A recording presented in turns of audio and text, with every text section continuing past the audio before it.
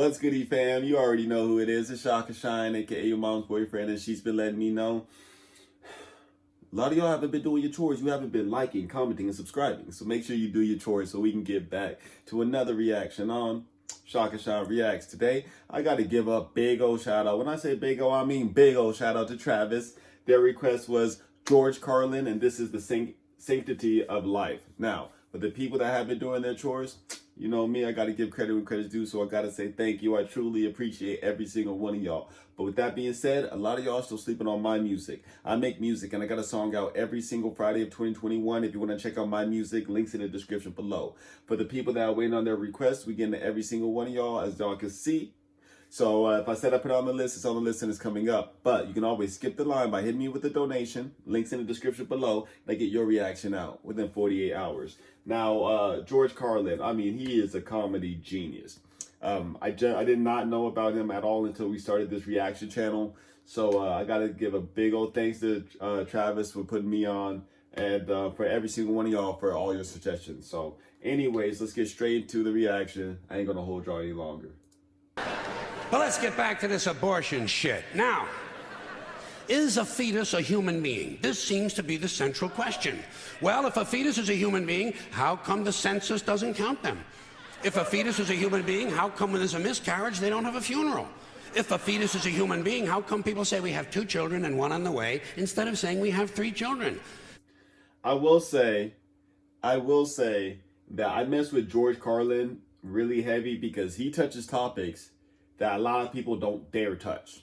You know what I'm saying? So I'll give him credit for that. And I like that because it brings me to make sure that I do reactions that might be edgy, that people might not like. But I'm going to be real. I'm going to stick to my principles and I'm going to tell you what I think. You know what I mean? It is my principles. So I'm going to be true to that. You know what I'm saying? And this, I feel like he is always purely true to himself. So, hey, you got to give him credit when credit's due. People say life begins at conception. I say life began about 1 billion years ago, and it's a continuous process. Continuous, just keeps rolling along.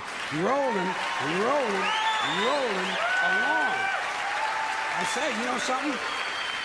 Listen, you can go back further than that. What about the carbon atoms? Huh?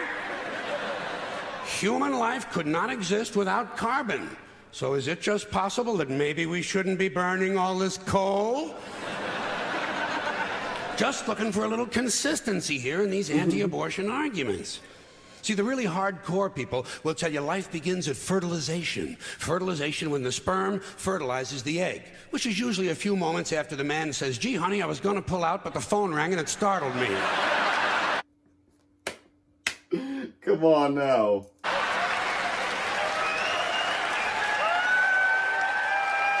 Fertilization.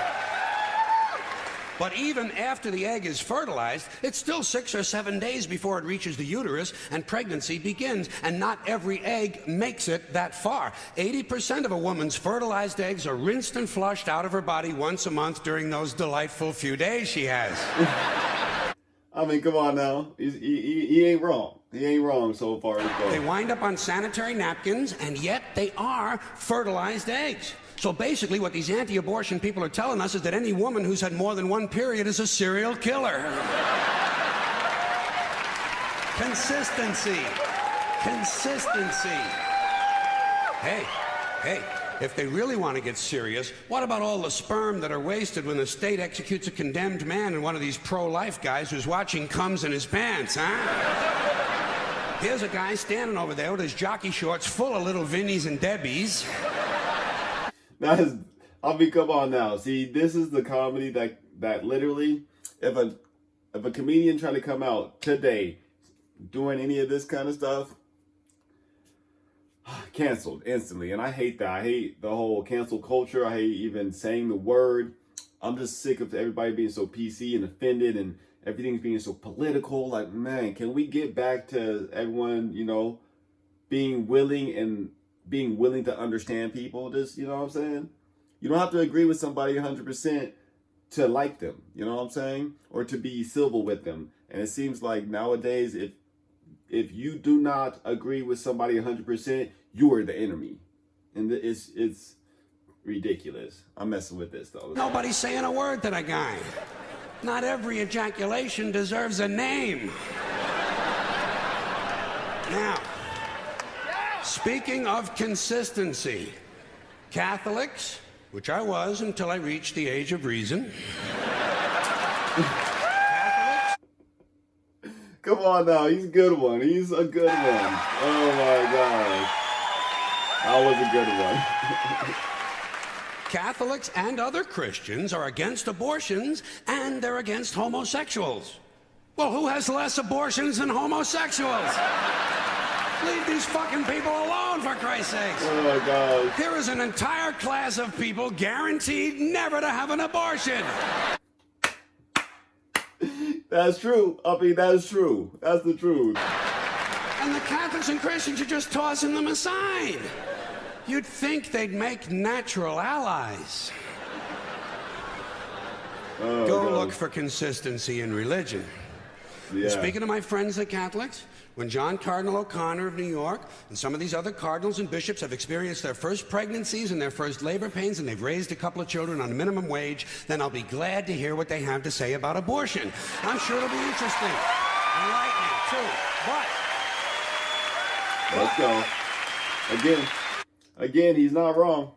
He's not wrong. In the meantime, what they ought to be doing is telling these priests who took a vow of chastity to keep their hands off the altar boys. Keep your hands to yourself, Father. You know? Well, When Jesus said, "Suffer the little children come unto me," that's not what he was talking about.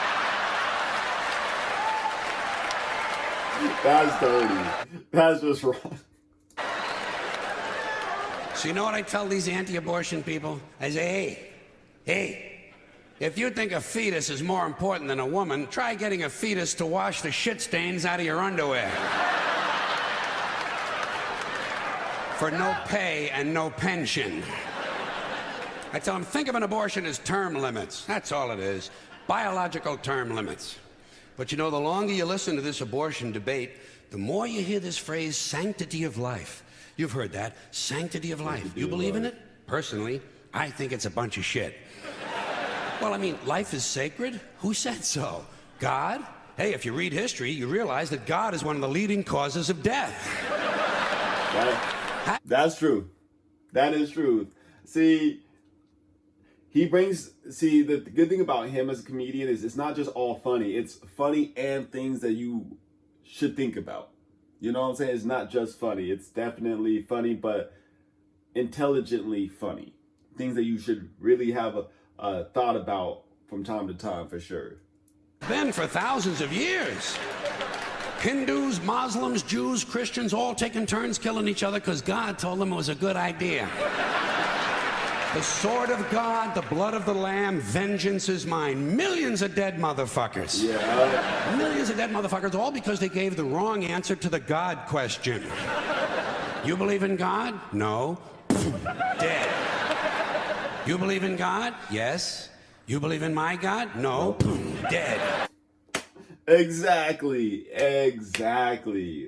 My God has a bigger dick than your God. Okay.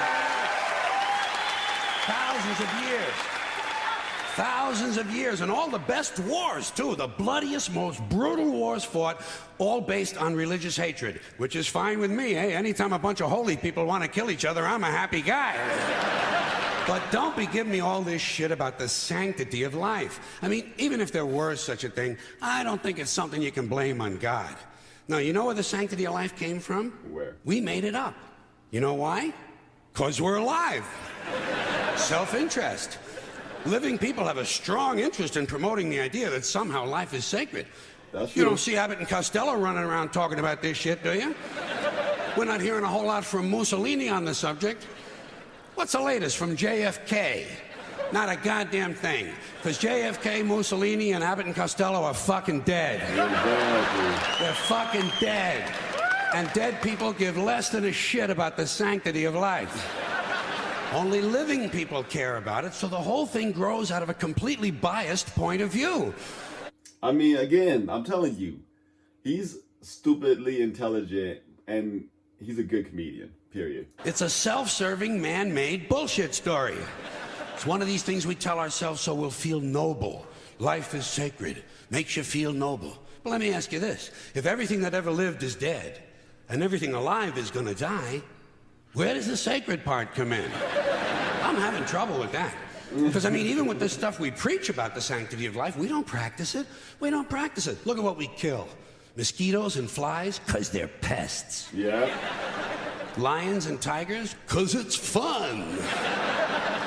Chickens and pigs, because we're hungry. Pheasants and quails, because it's fun. And we're hungry. And people, we kill people. Because they're pests. And it's fun. Okay. I mean, I'm telling you, his points are... Tell me that he don't have some points. You know what I'm saying? You don't have to agree with everything, but to say that he doesn't have some points is just... That's just not true. You know what I'm saying? He has points. And you might have noticed something else. The sanctity of life doesn't seem to apply to cancer cells, does it? You rarely see a bumper sticker that says, save the tumors. Or I break for advanced melanoma. Ah, viruses, mold, mildew, maggots, fungus, weeds, E. coli bacteria, the crabs. Nothing sacred about those things. So at best, the sanctity of life is kind of a selective thing. We get to choose which forms of life we feel are sacred, and we get to kill the rest. Yeah. Pretty neat deal, huh? You know how we got it? We made the whole fucking thing up. Made it up. The same way. Thank you. Okay.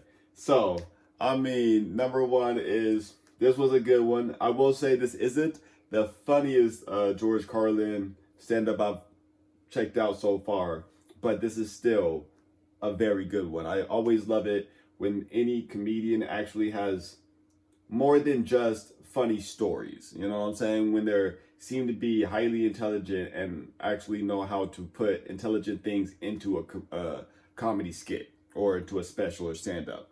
So you got to give him major credit for that. Yeah, I'm messing with it 120%. Travis, thank you for this one. We got to check out more and more. I know we got some more skits to check out later today, so I'm going to get to that real soon. Now, if you're making it this far, you might as well start doing them chores. You might as well hit that like button, hit that subscribe button, hit that comment button. Let me know your favorite George Carlin skit and what else you want to see me react to. If you're already doing your chores and making it this far, then I got to say thank you. Please don't forget about my music. I got that song out every single Friday of 2021. Links in the description below if you want to check that out. And with all that being said, you know I'll be back at it with another reaction tomorrow.